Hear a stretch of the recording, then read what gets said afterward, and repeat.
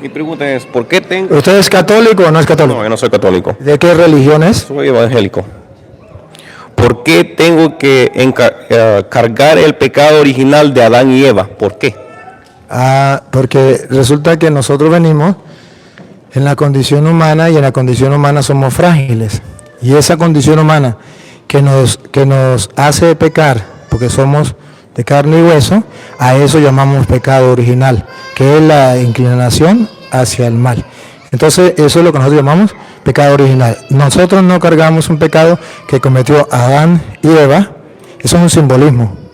No cargamos un pecado como decir, es que papá mató a una persona y yo cargo con ese pecado. Eso no es así.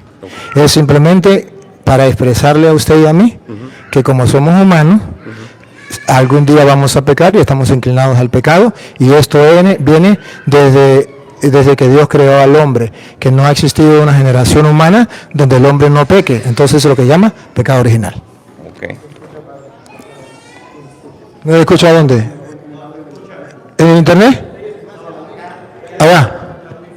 Ok, otra pregunta. ¿Por qué confesar los pecados a otro hombre igual que yo, pudiendo hablar directamente con Cristo? Esa pregunta está muy buena, muy interesante. Ciertamente que usted y yo podríamos dirigirnos directamente con Cristo. La pregunta ¿por qué? Es porque está escrito en las Sagradas Escrituras. Por ejemplo, en Levítico capítulo 5, versículo 5, en Levítico 5:5 que vamos a leer, ¿la leemos de aquí o la Biblia Reina Valera? No, aquí quiere que la leamos. ¿Con esta o tiene que ser Reina Valera? ¿Usted la acepta con esta o con la Reina? ¿Con la que sea? Con la que sea. Ajá. Con lo que me lo explique. Ok, sí, con gusto. Mire, hermano, porque es que en la Biblia aparece que nosotros tenemos que confesar los pecados con un hombre pecador que se llama sacerdote. Y si está en la Biblia y es un mandato de Dios, pues yo tengo que cumplirlo. Claro está. A mí me parecería más bonito también hacerlo directamente con Dios. Es el parecer suyo y es el parecer mío. Pero no es el mandato de Dios en la Sagrada Escritura. Vamos a verlo primero en el Antiguo Testamento. En todos estos casos, el que cometió el delito confesará primero su pecado. Confesará primero su pecado. Y vamos a ver a quién se lo va a confesar. ¿A quién? Si se lo va a confesar a un hombre pecador o solamente directamente con Dios. Está en la Biblia. Luego, como sacrificio de reparación por el pecado cometido, llevará a Yahvé una hembra, oveja o cabra. ¿A quién debe llevar el sacrificio y con quién tiene que confesar los pecados? Con Yahvé. ¿Pero Yahvé se puede ver? No. ¿Yahvé puede recibir el sacrificio? No. ¿Quién lo va a recibir y quién va a perdonar a la persona de parte de Yahvé? Y el sacerdote. Escuche, otra vez. Y el sacerdote. Aquí es donde aparece el sacerdote que la Iglesia Católica manda. Y el sacerdote hará la expiación por dicho pecado y persona. Entonces aquí la Biblia dice que es un mandato de Dios que el sacerdote represente a Yahvé. El sacerdote toma el animal, el sacerdote escucha la confesión y el sacerdote hace la expiación de los pecados. ¿Por qué no lo hace directamente Yahvé? Porque él no quiso. Y entonces si la Biblia dice allí que el sacerdote lo hará, ¿qué vamos a hacer nosotros? La Biblia lo pide, la Biblia lo dice y yo debo hacerle caso a la Biblia. Hay otra cita, por ejemplo, Levítico 16:32. A ver si es Levítico. Si no es Levítico es Éxodo, pero una de las dos. Pero 16:32, donde Dios da un mandato. ¿Lo tienen? Escúchelo. El sacerdote. Otra vez. El sacerdote al que haya ungido y consagrado. Al que haya sido ungido y consagrado. O sea, no aquel que se diga, yo puedo perdonar los pecados, yo soy sacerdote, vengan para acá y los confieso. No. La Biblia aclara, el que haya sido ungido y que haya sido consagrado, siga, para ser sacerdote para ser sacerdote, en lugar de su padre, hará la expiación. hará la expiación. El sacerdote hará la expiación. ¿Por qué no lo hace Yahvé? ¿Por qué quiso utilizar al sacerdote? Pero es que el sacerdote es un hombre pecador. Sí, es verdad. Lee Hebreos capítulo 5, versículo 1. Es un hombre pecador. Pero a pesar de que es pecador, Hebreo aclara, es un hombre pecador, pero tiene una potestad, una autoridad, un poder de parte de Dios para perdonar pecados. Vamos a escucharlo. Todo sumo sacerdote es tomado de entre los hombres. La pregunta suya, ¿por qué tiene que ser con un hombre? Un sacerdote es un hombre tomado de entre los hombres. La respuesta está aquí. Todo sumo sacerdote es tomado de entre los hombres y los representa en las cosas de Dios. Representa a los hombres en las cosas de Dios. Y escuche lo que viene. Por eso, ofrece dones y sacrificios por el pecado. Dios le dio esa potestad de ofrecer dones y sacrificios por los pecados. Pero la Biblia no deja hasta ahí. Muestra que Él ciertamente, como dicen los hermanos separados, es un pecador como los demás.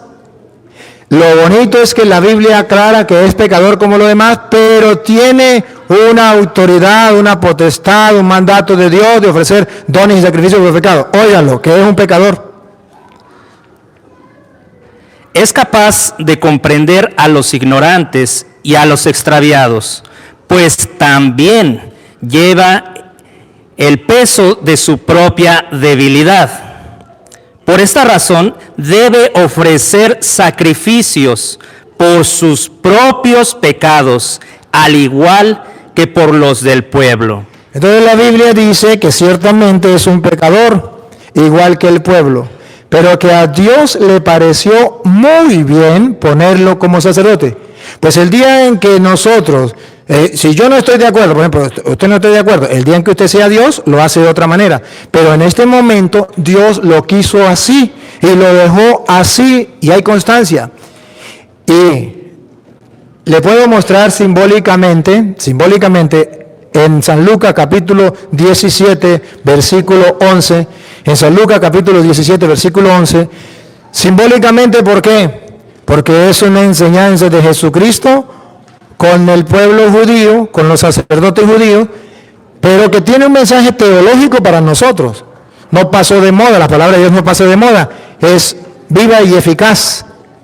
No pasa de moda. Vamos a ver qué dice Lucas 17:11. Escuche.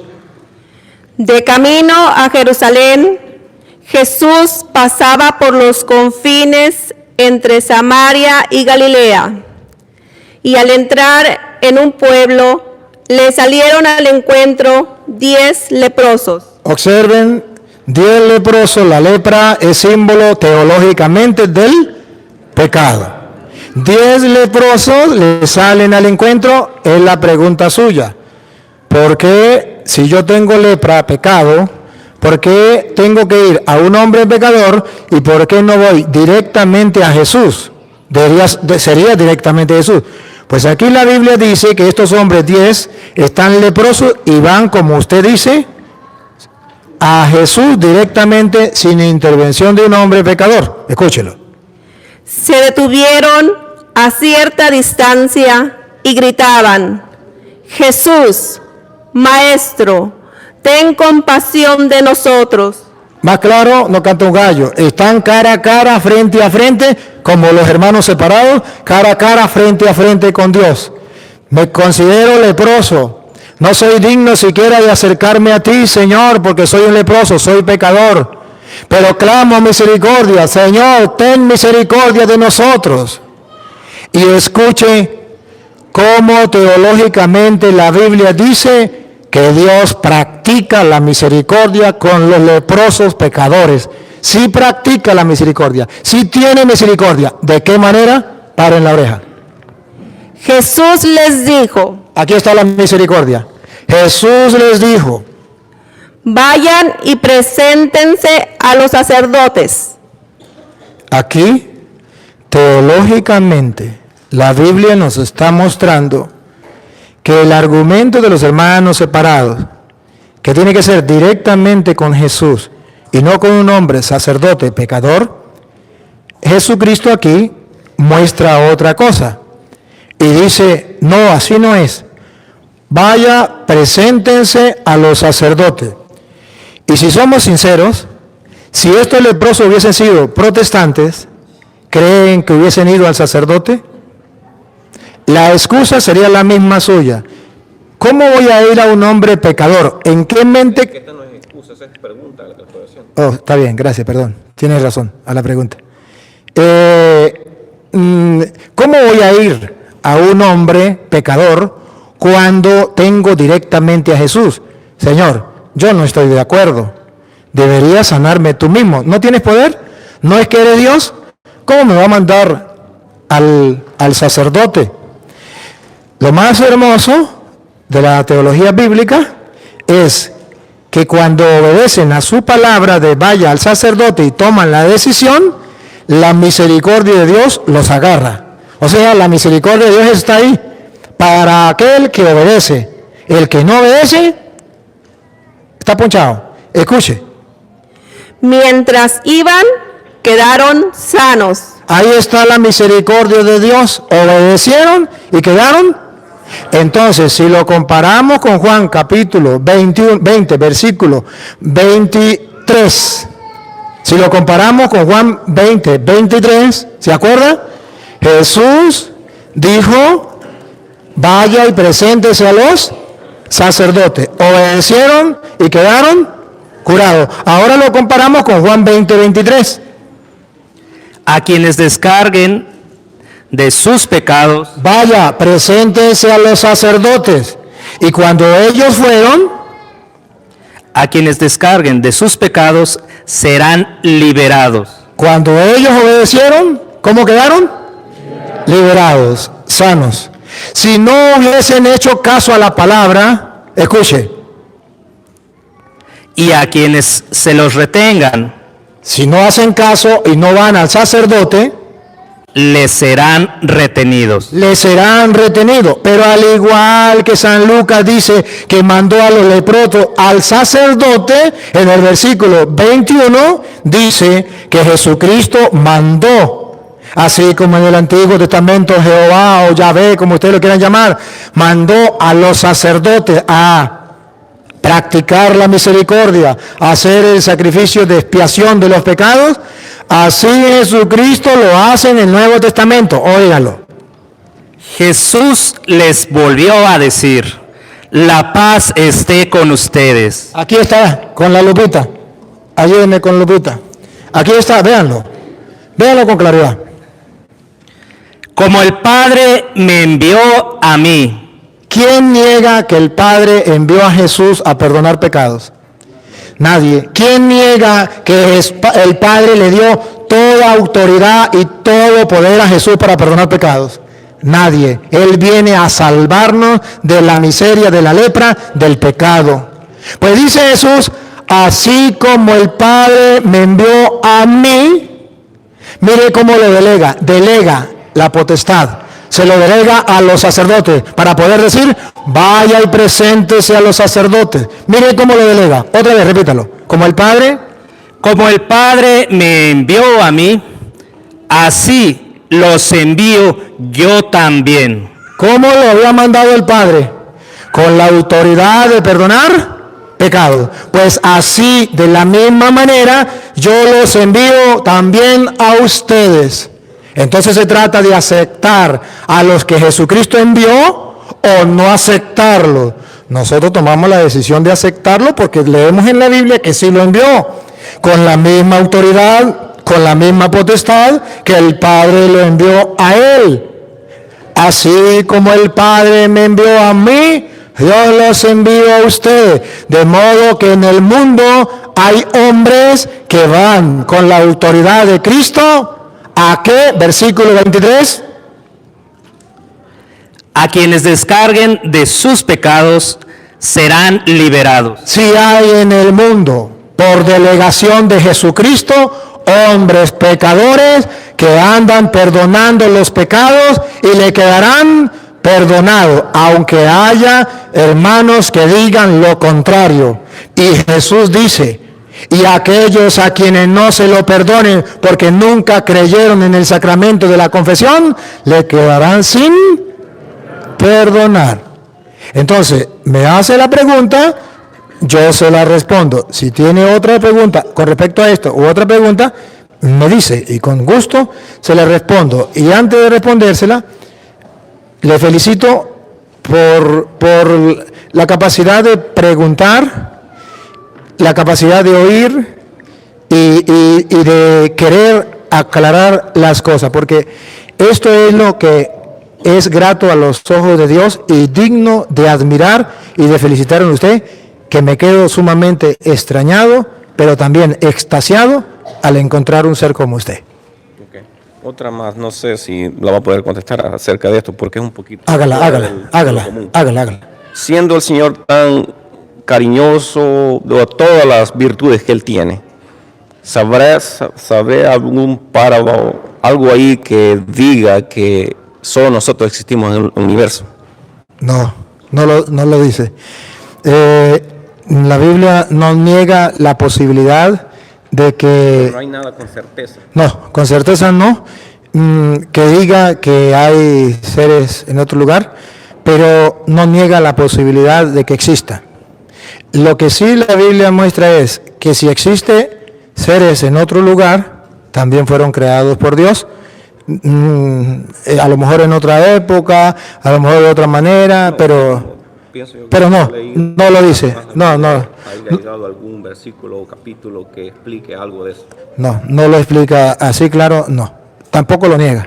Lo deja así como se llama en neutro, y por eso, por ejemplo, la Iglesia, en cuanto ahorita al problema de que dicen que hay extraterrestres, que no hay extraterrestres, la Iglesia dice, si la ciencia comprueba que hay extraterrestres, pues habrá extraterrestres.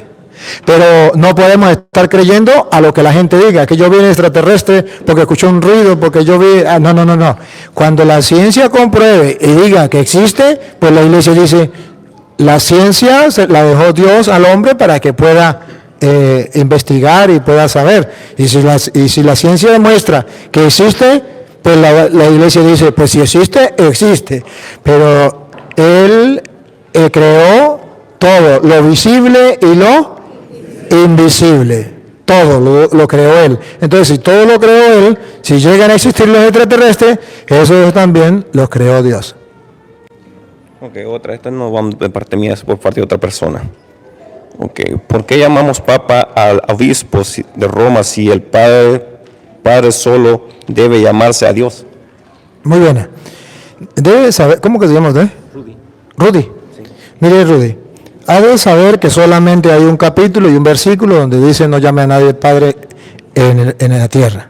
Y es en Mateo capítulo 23, versículo 9.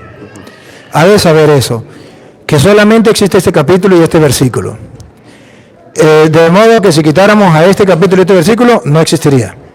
Pero existe. Y si existe, ¿qué quiere decir? Hay dos interpretaciones. Una, la de los hermanos separados, y otra, la de los católicos.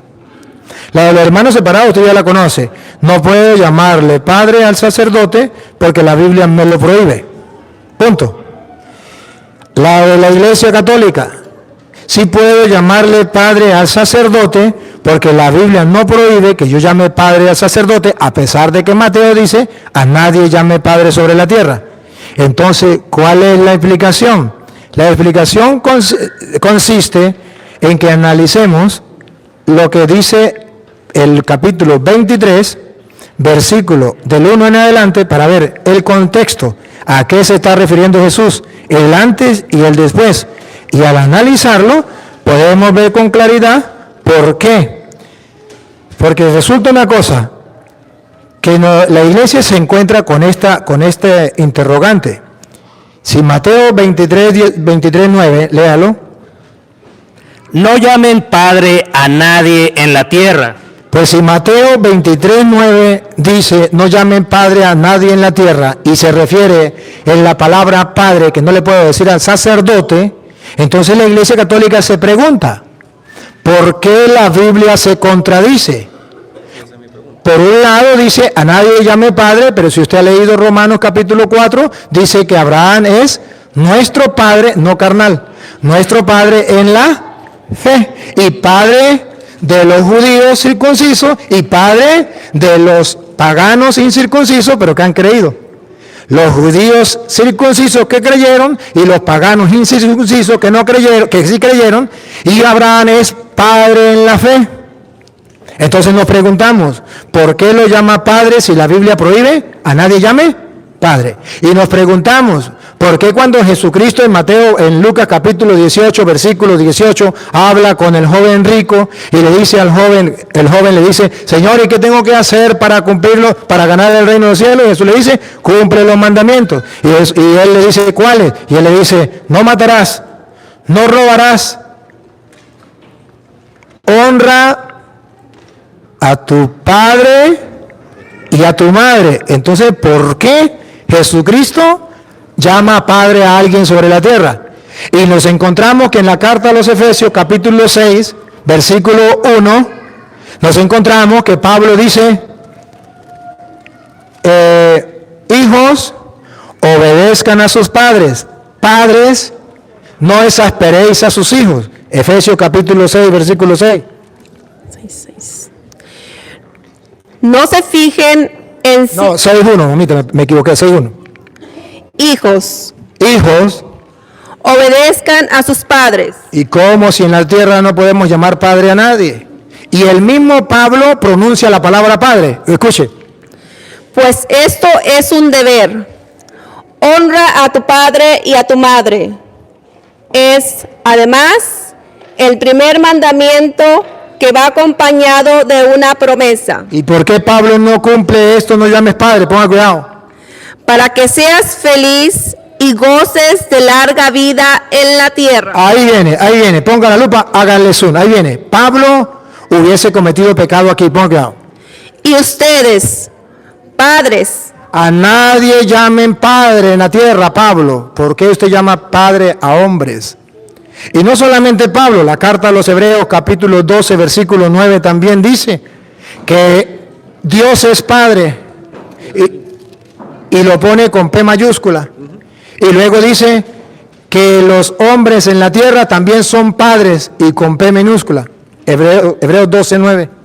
Además, cuando nuestros padres, P minúscula, según la carne, nos corregían, los respetábamos. ¿No deberíamos someternos con mayor razón al Padre de los Espíritus? entonces aquí habla del Padre con P mayúscula. Nos vemos entonces que aquí la Biblia habla de Padre. ¿Y por qué entonces prohíbe la palabra Padre? Entonces la iglesia dice, oye, la Biblia no está prohibiendo la palabra Padre. Lo dijo Cristo, lo dijo Pablo, lo dice el escritor de los Hebreos. Es más, Pablo en 1 Corintios capítulo 4, versículo 14, Pablo dice que Él es Padre y Padre espiritual, no carnal, como nosotros los sacerdotes. Que usted puede preguntar, ¿y dónde aparece en la Biblia que espiritualmente se le puede llamar padre a alguien? 1 Corintios capítulo 4, versículo 14 en adelante. Un hombre se le puede llamar padre porque es espiritualmente padre por haber engendrado en la fe. Lo dice Pablo. ¿Por qué Pablo lo dice si la Biblia lo prohíbe? Vamos a escucharlo. 1 Corintios 4, 14 en adelante. no les escribo esto para avergonzarlos, sino para amonestarlos como a hijos. Ahí no dice que él es padre, dice que tiene hijos, para amonestarlo como a hijos. Siga. Sino para amonestarlos como a hijos muy queridos. Pues aunque tuvieran 10,000 instructores 10,000 instructores de la vida cristiana, en la vida cristiana, aquí viene por qué llamamos padre al sacerdote. ¿Ha quedado? No pueden tener muchos padres. No pueden tener muchos padres. Un hermano separado podría decir, sí, porque el único padre es Dios. Ya va, que aquí no dice eso. Aquí dice no pueden tener muchos padres. ¿Quién será el padre? Y he sido yo, ¿Quién es el padre? y he sido yo, Y he sido yo, él es el padre. ¿Por qué? Ponga cuidado, ¿por qué es padre? y he sido yo quien les transmitió la vida en Cristo Jesús.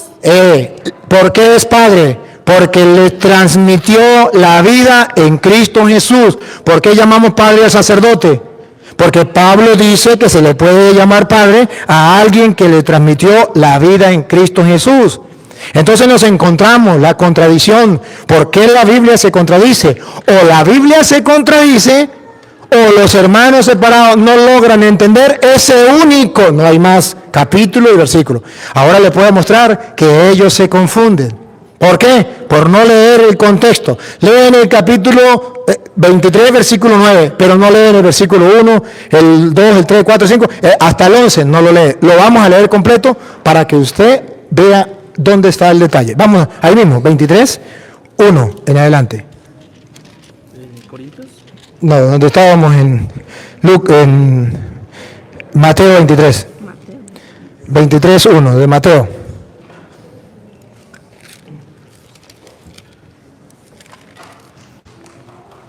Entonces Jesús habló. La enseñanza. Jesús habló, viene a enseñar. Tanto para el pueblo como para sus discípulos. Para todos. Va a dar una enseñanza. Los maestros de la ley. Aquí. Observen que Jesucristo está hablando del contexto. Está hablando de los maestros de la ley. No sabemos quién eran los maestros de la ley, nosotros no los conocemos. Pero por lo que diga Jesús, lo vamos a entender. Los maestros de la ley Y los fariseos y los fariseos han ocupado el puesto que dejó Moisés. Hagan y cumplan todo lo que ellos dicen, pero no los imiten. Primera enseñanza, los fariseos y los escribas, los maestros de la ley, han ocupado el puesto de Moisés, pero hagan lo que ellos dicen, pero no hagan lo que ellos hacen. ¿Por qué? Pero no los imiten, porque ellos enseñan y no practican. Preparan pesadas cargas, muy difíciles de llevar. ¿Van observando cuál es el contexto? Enseñan pero no practican. O sea, ellos, bien, tranquilos, pero los otros sí tienen que practicar lo que ellos dicen. Ellos no hacen nada. Y luego dice, forman pesadas cargas y se la ponen al hombro de los demás, pero ellos ni siquiera mueven un dedo. ¿Ven el contexto de lo que él está hablando? No mueven un dedo. O sea, cuando una persona explota a otra, cuando una persona humilla a la otra, cuando una persona se cree más que el otro y se sienta en las cátedras de Moisés y pone a los demás que hagan, pero él no hace nada. ¿Van siguiendo la idea? Sigue. Muy difíciles de llevar, y las echan sobre las espaldas de la gente. Pero ellos ni siquiera levantan un dedo para moverlas. ¿Ya ven cuál es el problema que nos encontramos? Con gente que está explotando, sometiendo a otras personas. Jesús va a salir en defensa de esas personas y nos va a dar una enseñanza que nosotros no debemos hacer así. No debemos ser así. Pero Él les viene a explicar cuáles son las personas que son así. En primer lugar, los escribas y los fariseos. Pero no solamente los escribas y los fariseos. Había otro grupo que también hacía lo mismo, que eran los maestros y que eran los padres. Los maestros que sometían a sus discípulos. No consideraban iguales a los discípulos. Ellos se creían lo más y el discípulo una basura. A máximo, ¿cómo podía llegar el maestro, el discípulo? A ser como el maestro, pero nunca podía superar al maestro. La soberbia se los tragaba a los maestros.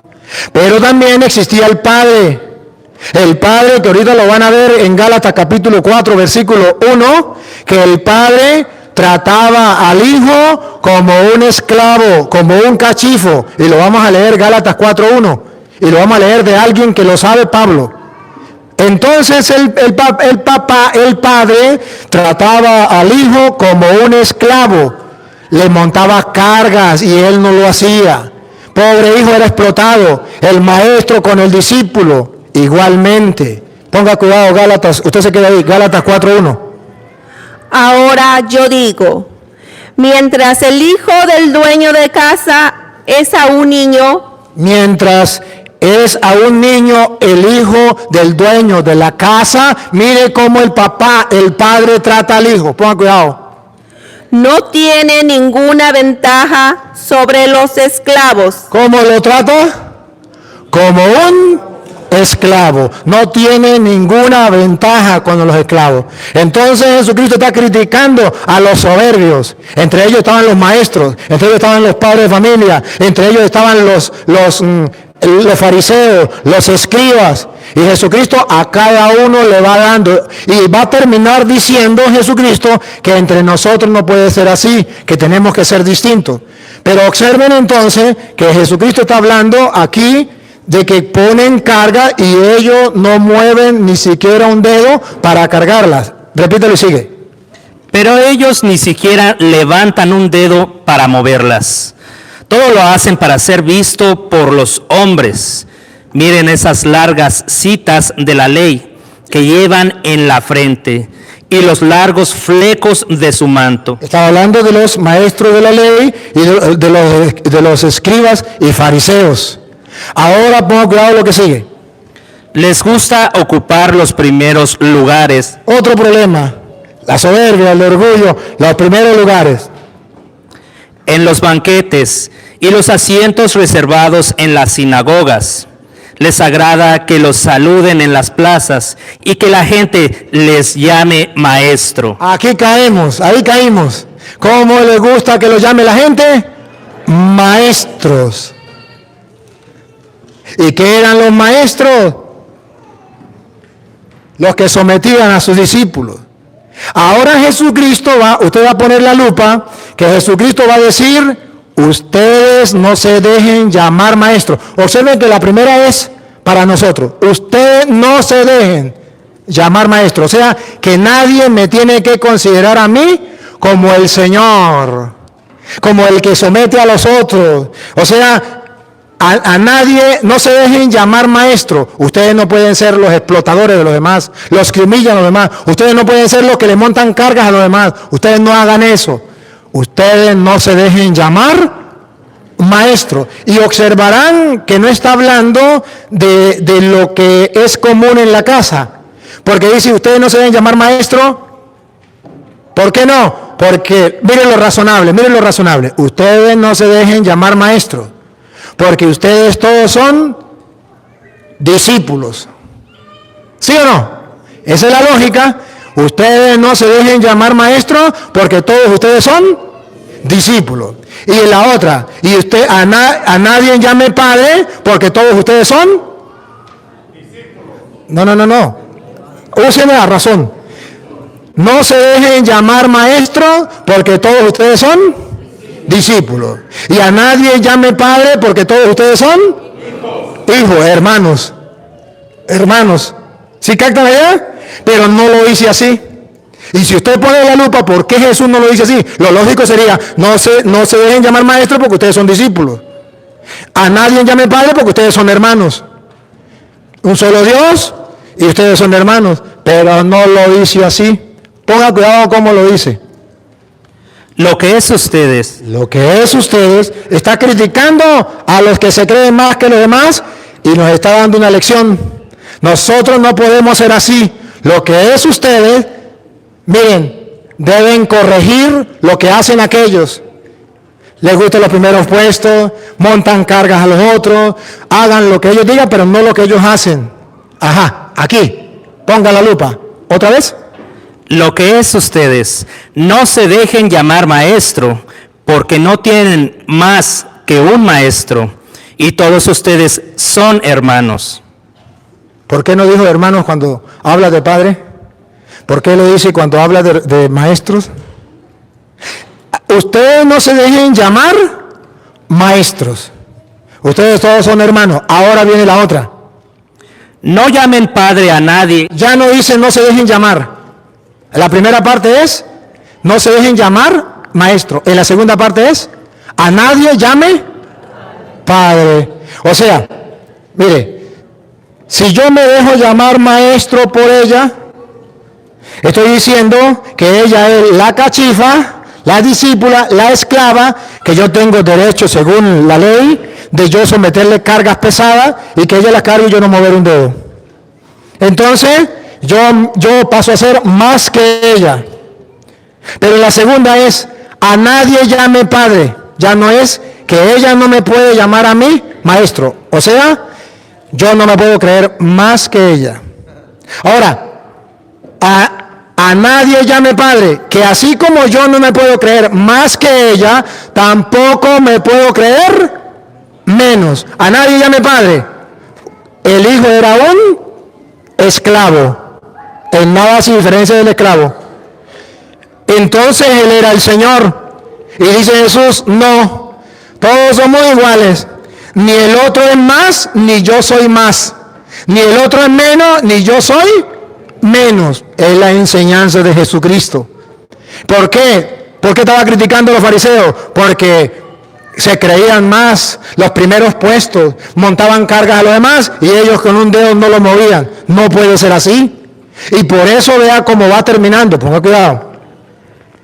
No llamen padre a nadie en la tierra, porque ustedes tienen un solo Padre, el que está en el cielo. Tampoco se dejen ustedes llamar guía, porque ustedes no tienen más guía que Cristo. Ahí viene. Escucha lo que viene. Ponga cuidado. Resumen. El más grande entre ustedes. ¿Cuál era el problema de los fariseos? ¿Que se creían? ¿Cuál era el problema de los escribas? ¿Que se creían? ¿Cuál era el problema de los maestros? ¿Que se creían? ¿Cuál era el problema del papá con respecto al hijo que estaba pequeño? ¿Que se creía? Grande. Repítalo. El más grande entre ustedes se hará el servidor de todos. Esa es la enseñanza. Sigan. Porque el que se pone por encima, Los escribas, los fariseos, el maestro, el papá, el padre, será humillado. será humillado. Y el que se rebaja será puesto en alto. Entonces no se refiere a la palabra padre, se refiere a que usted no debe sentirse más que los demás, porque si usted se enaltece será humillado, y si usted se humilla será enaltecido. Entonces la Biblia no se contradice. Es que los hermanos separados no saben por qué Jesús dice a nadie llame padre, que significa no consideren a nadie que sea así un Dios para usted, y entonces usted es como un militar, que el militar le dice al soldado, usted es una cucaracha pegada en la pared, y usted se imagina una cucaracha pegada en la pared. No, así no es. Todos somos importantes a los ojos de Dios. Y el más grande es el servidor de todos. Y además, el que se humilla será enaltecido y el que se enaltece será humillado. Esa es la explicación y esa es la diferencia que hay entre la doctrina católica y la doctrina protestante. Ok, la última. ¿Quién dice que Pedro es católico y que él fundó la Iglesia Católica?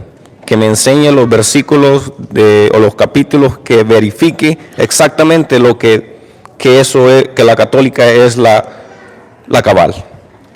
Antes quiero hacer una pregunta. ¿Sabe lo que significa la palabra católica? No, exactamente, no. Por eso le pido la explicación. Católico significa universal. Universal. ¿Y por qué la Iglesia Católica se llama católica? ¿Aparece algún texto bíblico donde la Iglesia de Cristo sea católica? Sí, en Mateo capítulo 28, versículo 18 en adelante, Jesucristo va a mandar a sus discípulos y los va a mandar y va a decir la palabra clave que hace que usted y yo llamemos a la Iglesia Católica, Iglesia Católica.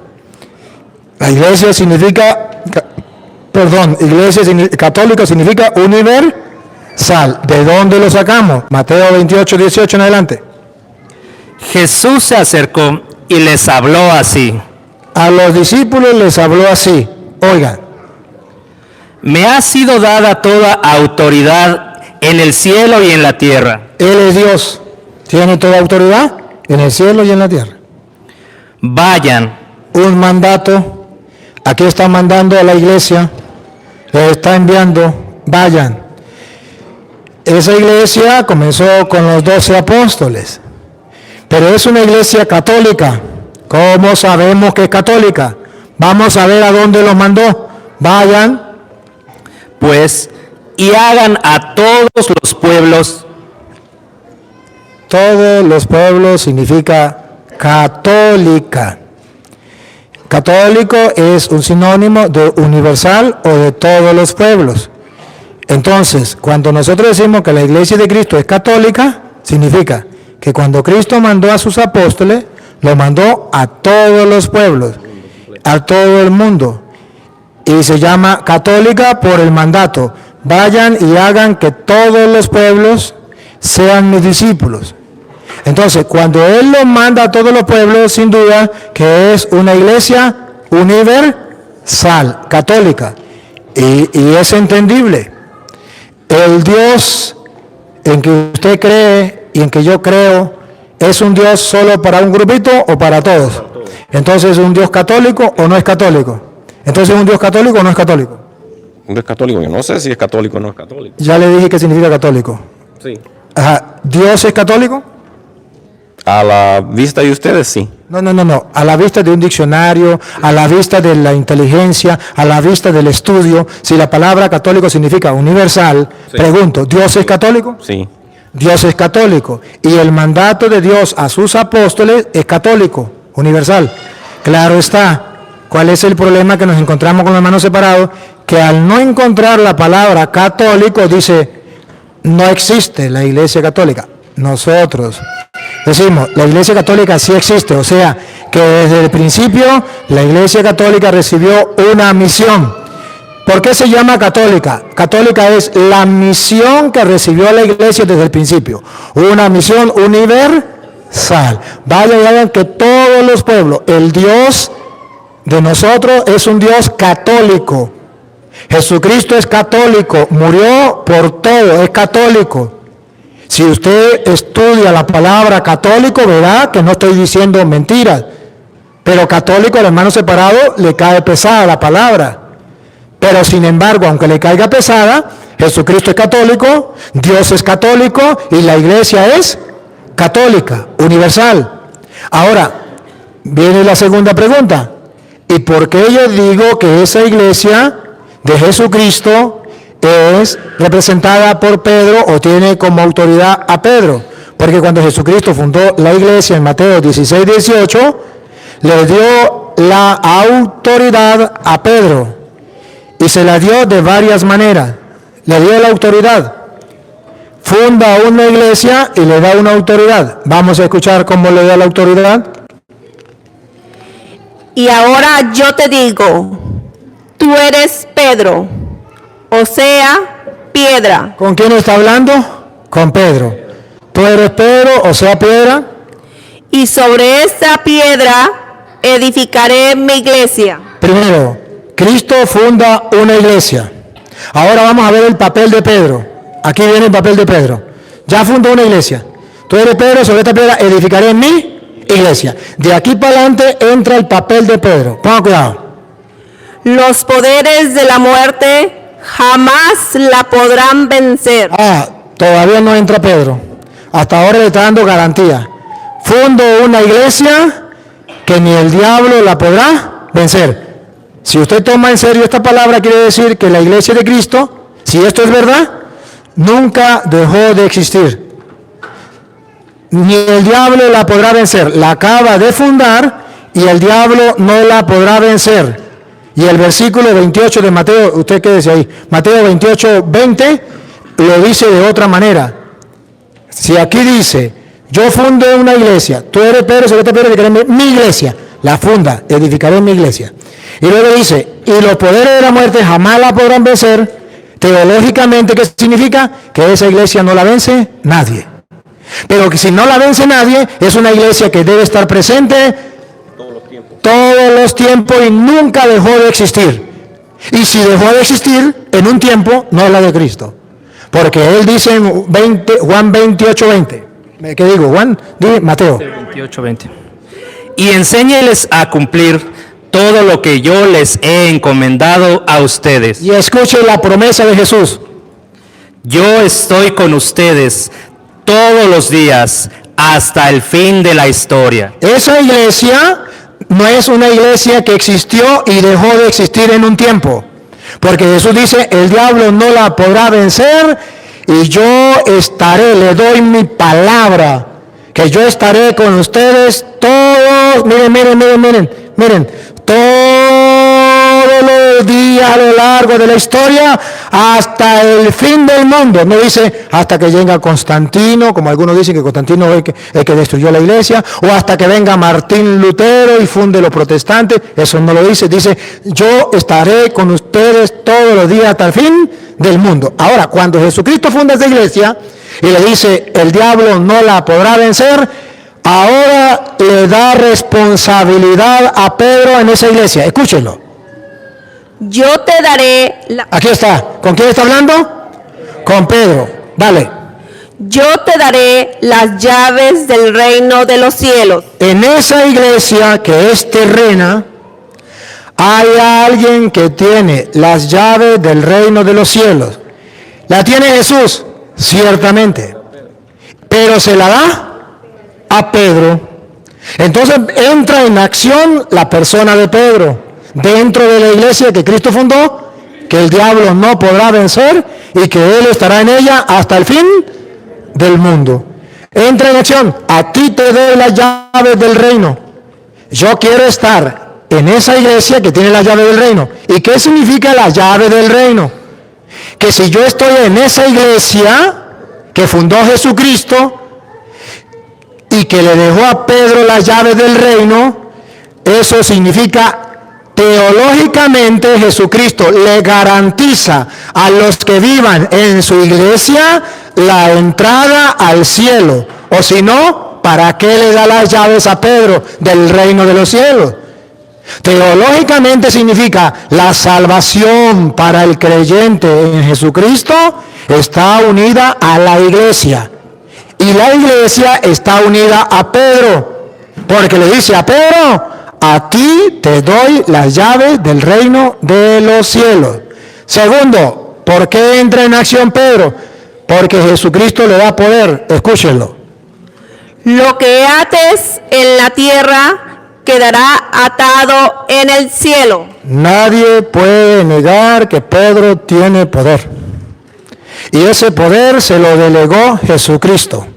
Y si quieren pelear, peleen con Jesucristo, porque Él fue el que le delegó ese poder a Pedro. ¿Por qué? Porque Él quiso. Yo no estoy de acuerdo, ese es el problema suyo. Pero la Biblia dice que Jesucristo le delegó a Pedro la autoridad. Lo que ates, atado quedará en el cielo. Lo que desates, desatado quedará en el cielo. Desde ahí viene la iglesia católica a la que ustedes y yo pertenecemos y no ha dejado de existir ni un día en la historia del cristianismo, ni un día. Y entonces viene la pregunta, ¿y por qué los hermanos separados no existían en el año 1000, si era la iglesia de Cristo? ¿Por qué no existían en el año 500, si era la iglesia de Cristo? Y si Cristo dijo, nadie la podrá vencer y yo estaré con ustedes todos los días hasta el fin del mundo.